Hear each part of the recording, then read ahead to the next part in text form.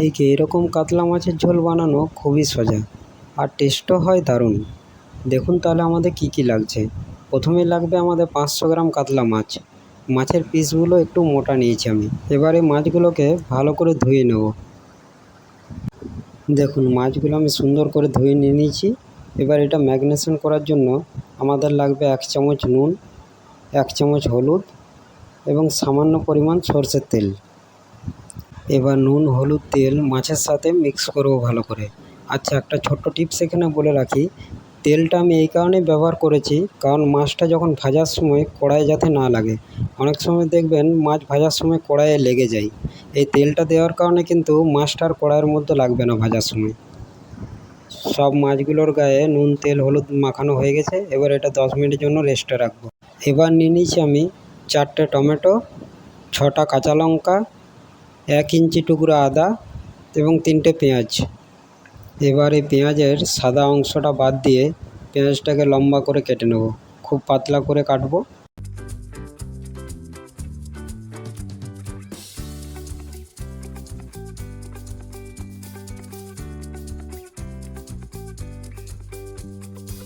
এই একটা পেঁয়াজকে আমি রাফলি কেটে নেব কারণ এটা মিক্সিং জারের মধ্যে দিয়ে পেস্ট করব।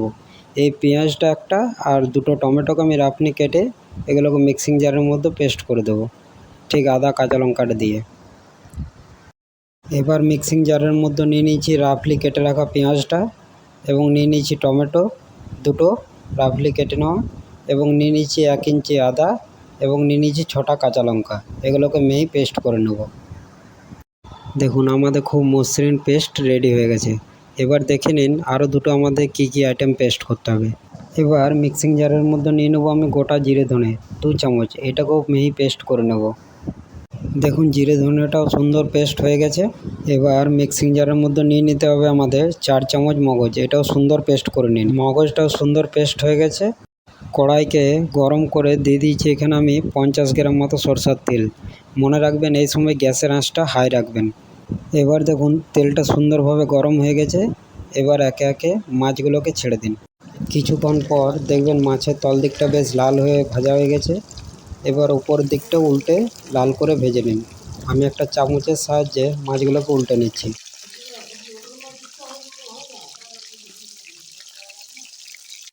এবার দেখুন মাছটা সুন্দরভাবে ভাজা হয়ে গেছে।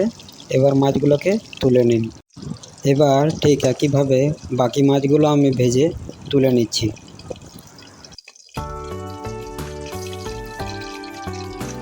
এবার ওই তেলের মধ্যে দিয়ে দেবো লম্বা করে কেটে রাখা পেঁয়াজগুলো। এবার পেঁয়াজগুলোকে ভালোভাবে ভেজে নেব কিছুক্ষণ সময় নিয়ে। এবার এই আইটেমগুলো রেডি করে নেব। এবার পেঁয়াজটা দেখুন সুন্দর লাল হয়ে গেছে। এবার দিয়ে দেবো টমেটো এবং গুঁড়ো মশলাগুলো। এবার অ্যাড করে দেবো সামান্য পরিমাণ জল। জল অ্যাড করে দিয়ে মশলাকে ভালোভাবে কষে নেব। টমেটো এবং পেঁয়াজটা ভাজা হলে এতে অ্যাড করে দেবো 1 চামচ জিরে ধনে বাটা এবং মশলা বাটা পেস্টটা। এগুলোকে ভালো করে মিক্স করে নেব।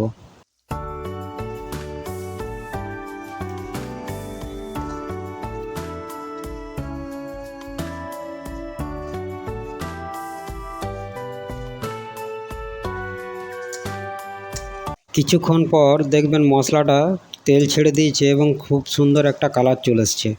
এবার অ্যাড করে দেবো মগজ বাটা পেস্টটা এবং খুব ভালোভাবে সব কিছুকে মিশিয়ে নেব।